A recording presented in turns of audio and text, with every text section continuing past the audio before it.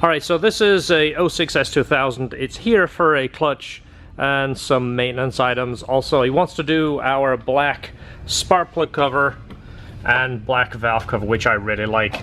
The red is in good shape and it looks nice, but my opinion, and George's too, the gold of the red, I think that's what to us takes away from it. So he's decided he wants to do the black valve cover and spark plug cover as well, in preparation for a supercharger kit later in the year. We're going to do the Skunk 2 header also. So this is again like a blank slate. Like we've said in the past, we are not just saying this, we are honored that this customer chose us to work on his car, and we're going to treat this car like it's ours. If you saw one of my Facebook posts over the weekend, you'll see that if anything, I am going to turn up the TLC another couple of clicks, because it put me in a situation which I often put the customer, and I think to myself, how do I want to be treated? So let's show you what we do. Alright, so one of the things we like about the AP2 is the drive shaft bolts here are at 8mm. Not only they're a bigger bolt, but the socket is actually deeper, like I talked about, and it's tighter. These are just a better quality bolt. The AP1s have that soft 6mm, but it's loose. You see this is tight. You're not going to worry about damaging these, so we don't have to replace these as we do in the AP1s. Alright, so I'm not going to dwell on the clutch. It seems like all the videos recently I talk about the clutch and people are not as interested in it as I am. Well, this one is just particularly clean. I mean, first off, the transmission is spotless, but look, very little clutch dust. You can still see the silver aluminum. Tell you what is interesting is, look at this. This is like putting your hand up here, getting these bolts. This is like, I mean, it's like, I don't know, it's super sharp. See that? I mean, the casting is smooth here, but it's really rough. It's like the thickest sandpaper you've ever seen. And it's just amazing that some of them look like this and some are smooth. So anyway, I'm gonna take this apart, clean this like we'll talk about. This slider here, there's no grooves in here, so we'll just clean that. And of course it's going to get the new bearing. This is getting a Clutch Masters clutch with the Nietzsche bearing, and of course we'll clean everything, re-grease it, get it prepped. It's in pretty good shape, but we'll clean off all the old grease and put new stuff on there. Alright, so this is the clutch that came out. You can see it's got some hot spots here. I thought this clutch was absolutely pristine, but it's not. It looks like it's been burnt a few times, slipped, especially right there. See that discoloration, and the blue color, yeah, it's been pretty hot. Again, OEM Honda disc, these do really well. They hold up fantastic. If you don't remember, this was the clutch from last week. It just hasn't been recycled yet, but you see that was the one on the supercharged black car from Maryland. That one was trash. Alright, so I'm going to show you the weight of an AP2 flywheel. I'm going to use our handy dandy fishing scale here. The AP2 is the heavier flywheel. The AP1 is typically the one that everybody goes to. The flywheel we use is the Clutch Masters flywheel. It's about 2 pounds lighter than the AP1. It doesn't have really any negative effects. It doesn't alter the RPM or the idle too much, and it gives a nice smooth drivability, which is what a heavy flywheel does. It helps with drivability. So let me do a back-to-back weight comparison so you can see where we are at. Let me go ahead and zero this out. There is our AP2 flywheel. If I can stop my hand shaking. That's at 21.1. There we go, 21.1 on the AP2. It's quite heavy.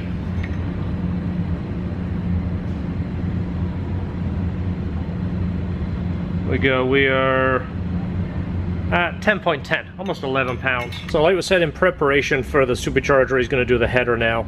We actually discount this if you do it at the same time as a clutch, because it makes our life a little bit easier. So we actually discount it and make it a little cheaper for you. People ask which is the best header. For the supercharger, this is the best header. When it comes to all motor, naturally aspirated, there are a million headers out on the market, and I don't actually have experience testing one against the other, so I don't give anybody any personal recommendations. But for supercharging, not only does this make more power, we actually weighed it, and this weighs 10 pounds less than the factory one. Alright, so new diff fluid is going in, the transfer's already been done. This exhaust here, of course we did the Skunk 2 header, and then we're replacing his exhaust. He actually purchased this exhaust. This was built by us for another car. I don't know how long ago, but several years ago. But he bought this used and asked us to install it, so we're putting that on too. That way, again, it's preparation for the supercharger. I talked about the diff bolts. This is something we do. It's mainly as a reminder. We can go around and make sure they're tight, mark them, make sure they're tight. Again, one less thing to have a problem with. And of course the engine oil is next. He's going to go with our recommendation, which of course we like the helium filter and Mobil 1.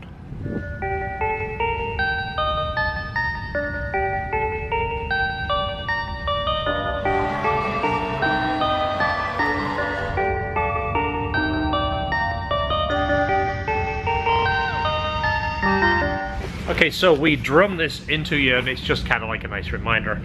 But every time you change a valve cover, change your valve cover gasket kit, the whole entire thing.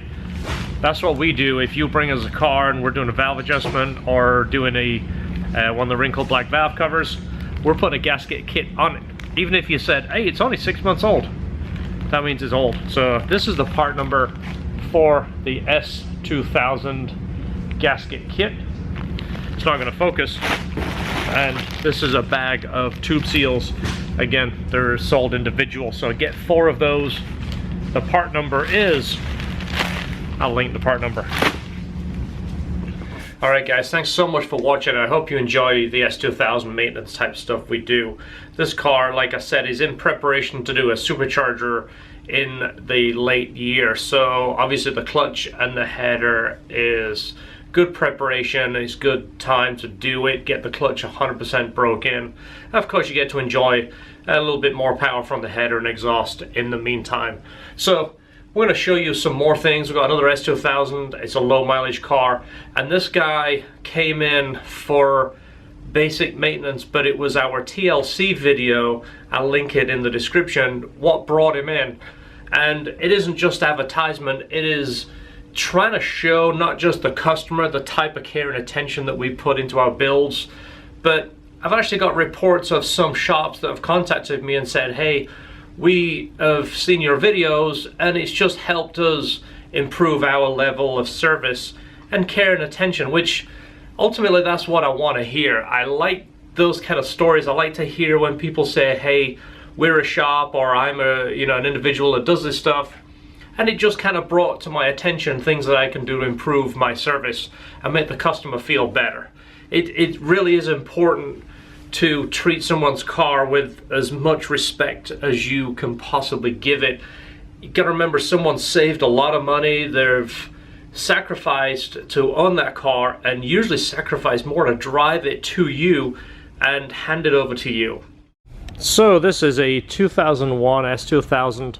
It only has 36,000 miles on it. So some are going to say, well, it doesn't need maintenance because it doesn't have any miles. Well, let me tell you, it's more based on age a lot of the time with a car that's kind of like a weekend car.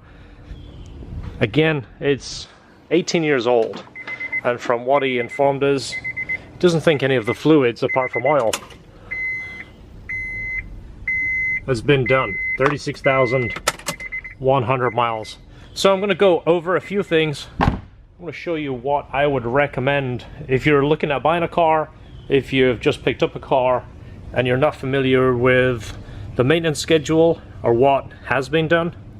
So of course, oil change. Hopefully everyone's doing their own oil changes. If not, you've got a guy that you trust. But any of these fluids are often overlooked. Differential fluid, trans fluid, clutch and brake fluid, serpentine belt, another important one. It's not a high mileage, but again, 18 years is rubber. It does fatigue and dry rot and perish, and it could cause a problem. And on the S2000, it's one belt that drives everything. These are 2 other issues that he wants us to look at while it's here. But these here, in my opinion, very important. So you've seen some of our videos. The brake fluid is dark, but it's not as bad as what we have seen. But again, something important to change. It does pick up moisture, it heats and cools and condenses, pulls in moisture, and a lot of the dark fluid is the seal breaking down. Also goes for the brake. I'd recommend doing a brake flush too. And then once you've done all of these fluid maintenance items, I would stay on top of them and do them every 3 years, regardless of miles.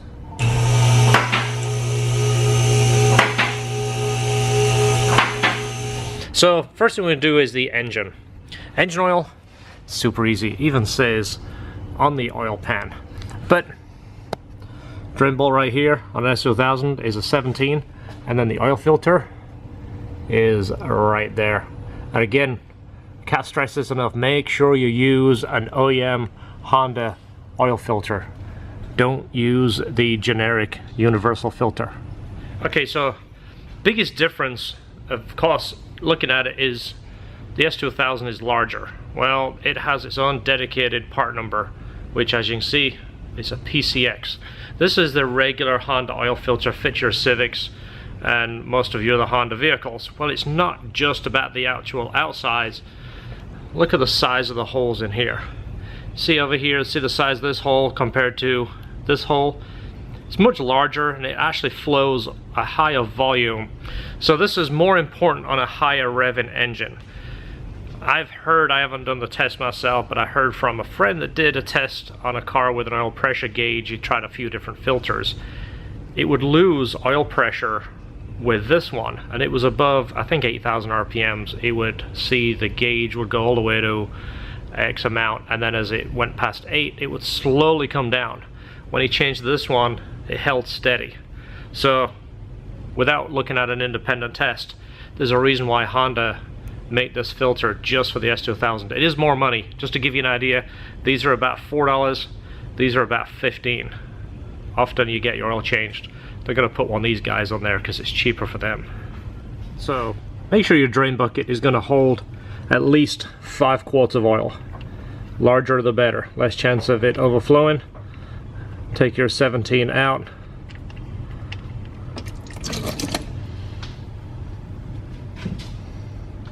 Make sure you look for the washer here. It will often fall off. If it does, just make sure you know where it goes. It's a good idea to replace this every oil change, but just make sure that it doesn't stay up on that sealing surface, because if you put another washer over the top, there's a good chance it will leak. So I've shown you this on a past video, but I want to show you it again because it is absolutely a magnificent tool. This is your oil filter tool. You see how it expands? And this thing here, I've had it for about 15 years and we use it all the time. I'll see if I can find it, but it's the one that's made in the USA that you want to get. There is a couple floating around where I've seen these rivets break. This, we've used it a million times. Give you an idea how this works, is the square in here is designed for a 3/8 ratchet wrench, which is basically like this. You're going to put your wrench to loosen. So as this opens, you're pulling against that. As you tighten it, as you loosen it, you're tightening this. So what you're going to do is open this, put it on your oil filter, and then as you turn this wrench, it forces it closed. This never slips. It is absolutely fantastic. Again, I'll try and find the link because this is the tool that you want. So this is the new filter, but I'm going to show you as like a demonstration here. What you're going to do is, this is like a one-hand operation. Once you get the hang of it, you're going to pull this open. You can hold it open like that with one hand. This does fit over the S2000 filter, and then as you loosen this, it digs in here and it grips on the filter and it'll remove it for you. Again, super easy. Put it on your wrench. You're gonna open it like this, hold it with one hand, and then you can put it on the filter. The filter's gonna sit on its side on the S2000, so you're gonna reach up, put it on here, and then loosen it. Super easy. Okay, so one thing to look for, once you've loosened the filter, of course it's going to drip oil. So take your oil filter off, tip it upside down, drain it. Make sure that the seal is on there. These don't often come off the Honda filters. Some of the aftermarket filters, that seal will come out of there, and if it stays up on the side of the block when you put the new filter on there, it's gonna leak. It's gonna leak almost immediately, so double check that. Always have a visual on this, and then look on the side of the block to make sure for some reason there isn't a seal from a past oil change. But typically, the S2000 seal doesn't come off, it stays on the filter firmly. So something we like to do is to put a little bit of oil in the filter, and it helps circulate the oil just a little bit faster when you start it up. So we use Mobil 1, and again, I've said this a million times, use whatever oil you like. Use your favorite oil, use the oil that the guy across the street tells you, use the oil that the guy that used to race a car, that his friend now races a car but he's retired. Use what oil, just change it often. Change it often. Now we're going to drain the transmission fluid, and like I said, it's always a good practice to get into. Go ahead and make sure that's loose first. You know, put your wrench on that, get it loose, because if you can't put fluid in, you probably shouldn't take the fluid out. So, like I said, make sure that drain washer's there, because if you look, see it's a little loose.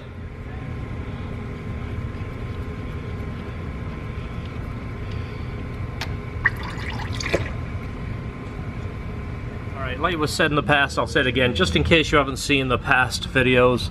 The differential, this is the drain right here, and this is the fill. We've said in the past, break the fill loose first, just to ensure that you can put fluid back in it. I see this fluid is actually pretty good. We've seen this stuff come out like tar. It's always nice to see it, make sure there's no flakes in it, no metal chunks. So it's still got discoloration to it. Again, 36,000 miles, but it is 18 years old. So it's definitely a good idea to stay on top of these fluids a little bit sooner than that. Okay, so the fluid is done. You can see how clear that is now. We flushed that through, cleaned it, got all the dirt out, flushed it. We actually run probably about 12 ounces through that before we actually start bleeding it, just to get any of the junk out of there. And then again, brake fluid, same thing. We run about 1.5 quarts through this, just to make sure it is all the way flushed out, and you can now see how clear that is. So the customer had mentioned on his, I put it on the list there, that this door wasn't latching. Somebody had replaced the convertible top, and ever since they did that, this wouldn't latch. So guess what? We went ahead and fixed that for him. That's part of our TLC. It's pretty simple, it's easy to do, and again, it makes a difference when the customer gets it back and something is taken care of. Alright, so as you can tell, this car came from New York. Now it's time to the customer, and this is something that's bizarre to me because we don't have the problem, but this is actually to protect the bumper. This is because in New York people parallel park, and I guess it's almost like a norm to have your car bumped slightly just so that they know, you know, how big the parking spot is, and to sell this to protect the bumper. That is just crazy. That would be a deal breaker for me. I wouldn't be able to live there based just on that. So he's in Florida now, it doesn't need this, and I said it would be a pleasure to remove it because it just looks awful. Look at that. Makes it look like a rally car with that on it.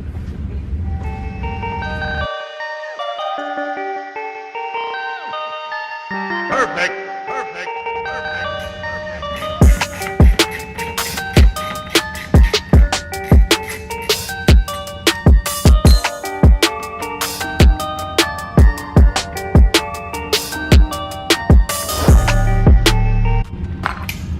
Not much better.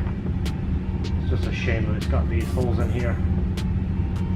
At least it didn't scratch the bumper. It's got a mark in here where it looks like these might have been too long going through this bracket. That's exactly what happened. The bolt went through, put marks in the paint. Yeah, I'm glad you don't need this. Okay, this one is done.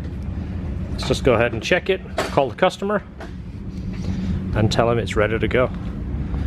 We fixed everything on his list, plus a couple of others. And there's the hardware from his license plate frame, just in case he needs to put it back on.